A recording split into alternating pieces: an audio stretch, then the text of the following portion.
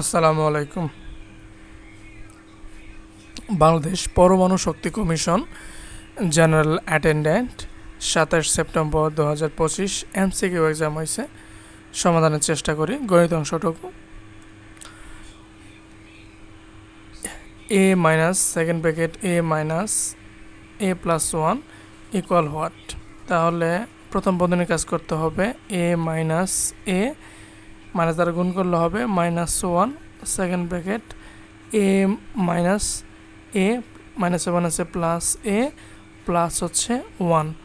তাহলে minus a plus A equal 0 থাকবে হলো এ প্লাস 1।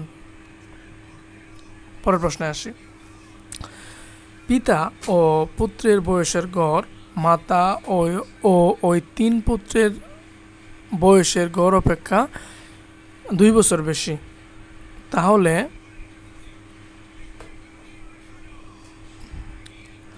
শর্টকাটটা হলো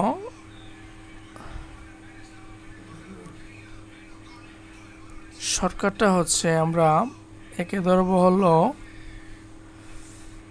পিতার বয়স বের করতে হবে না। তাহলে পিতার বয়স x বছর প্লাস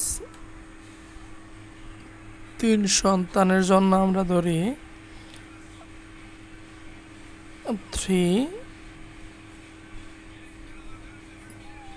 3s ডিভাইডেড বাই 4 সমান 40 plus 3s divided by 4 plus 2। এখন বের করা যাবে বা 4 দ্বারা ভাগ করে দেই। 4 দ্বারা ভাগ করলে হবে x plus 3s equal 40 plus 3s plus এটা 8 হয়ে যাবে, 4 2 8 বা এটা কাটা যাবে, থাকবে হলো x ইকুয়াল 48 বছর। তাহলে পিতার বয়স হচ্ছে 48 বছর। কোন ত্রিভুজের একটি কোণ অপর দুটি কোণের সমান হলে ত্রিভুজটি নিচের কোণটি এটা হচ্ছে সমকোণী। কেন? একটা কোণ হচ্ছে 90 ডিগ্রি আর বাকি দুইটা কোণ 45 হচ্ছে হলে কত হবে 90। তাহলে দুইটা কোণের সমষ্টি হচ্ছে কি একটা কোণ, তাহলে হচ্ছে সমকোণী। আমি কয়েকটা অ্যান্সার দেখলাম, দেখি যে সমবাহু লিখছে। পরের প্রশ্নে আসি। একটি বৃত্তের ব্যাস 4 ফুট হলে, বৃত্তের ব্যাস মানে কি? বৃত্তের কেন্দ্র দিয়ে এক প্রান্ত থেকে অপর প্রান্ত পর্যন্ত দূরত্বকেই ব্যাস বলা হয়। তাহলে ব্যাস দেওয়া আছে হচ্ছে 4 ফুট। তাহলে এর ব্যাসার্ধ কত হবে? ব্যাসার্ধ আর সমান হচ্ছে 2 ফুট। আর বলছে যে কেন্দ্র হতে পরিধি, কেন্দ্র কত? মূলবিন্দু ও ধরলাম, এটা এ ধরলাম, বি ধরলাম। এখন কেন্দ্র হতে ও বি বা ও এ পরিধি দূরত্ব হচ্ছে কি ব্যাসার্ধ। ব্যাসার্ধ কত? 2। এটা হলো কি অ্যান্সার। সবচেয়ে বড় সংখ্যাটি কোনটি? এখানে আমাদের প্রশ্নে যারা অনেকে ভুল করছি, তাহলে 0.007 আছে।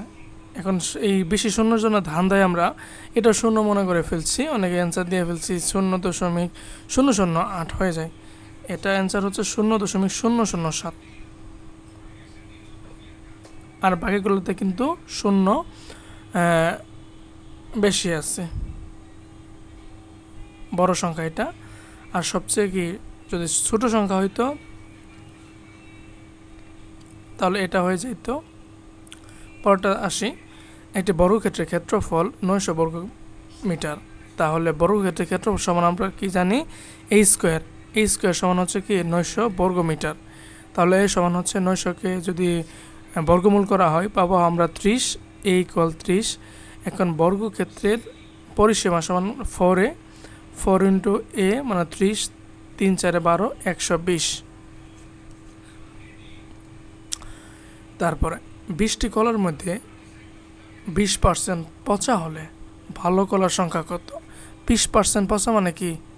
100-এর ভিতরে পচা হচ্ছে 20টি, একটির মধ্যে কত? 20টির মধ্যে কত? তাহলে মোট কলা হচ্ছে 20টি।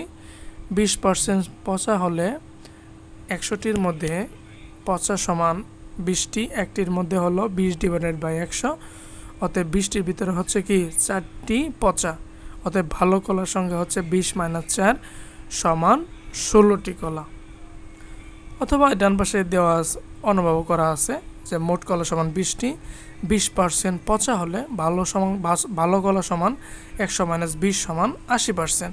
80% মানে কি 100-র মধ্যে ভালো কলা হচ্ছে 80টি, 1-এর মধ্যে কত 20-এর ভিতরে ভালো হচ্ছে 16টি। ঠিক আছে, দুইভাবেই করা যাবে। 1 ডজন কলার দাম 4 টাকা, অর্থাৎ 12টি কলার দাম 4 টাকা। একটা কলার দাম হবে কি 4/12, অতএব 72টি কলার দাম হচ্ছে 24 টাকা। 9, 0, 7, 8 চারটা সংখ্যা আছে, গড় কত? তাহলে 9, 0, 7, 8 এর যোগফল হচ্ছে 24 / 4 424। আচ্ছা, 532 প্লাস 0.34 প্লাস 0.66 ইন্টু 0। এটা প্রথম দেখাতেই একটু কঠিন মনে হয়, কিন্তু 0 থাকার কারণে কি অ্যান্সারটা সহজ হয়ে যায়। এ পর্যন্ত ছিল। Thank you everyone.